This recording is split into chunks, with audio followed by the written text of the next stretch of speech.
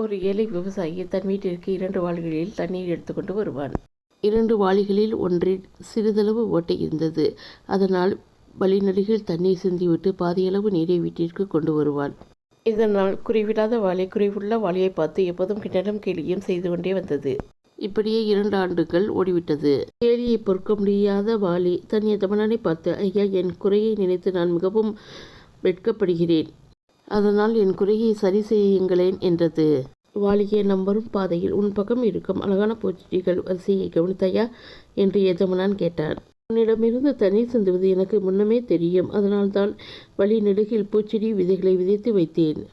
தினமும் சிந்திய தண்ணீரில் இன்று பெரிதாக வளர்ந்து எனக்கு தினமும் அழகான பூக்களை அளிக்கின்றன. அவற்றை வைத்து நான் வீட்டை அலங்கரிக்கிறேன், இறைவனுக்கு பூஜை செய்கிறேன், மீதமுள்ள பூக்களை விற்று பணம் சம்பாதிக்கிறேன் என்றான். இதை கேட்ட வாளி தன் வருத்தத்தை நிறுத்திவிட்டு அடுத்தவர் பேச்சை பற்றி கவலைப்படாமல் தன் வேலையை தொடர்ந்தது.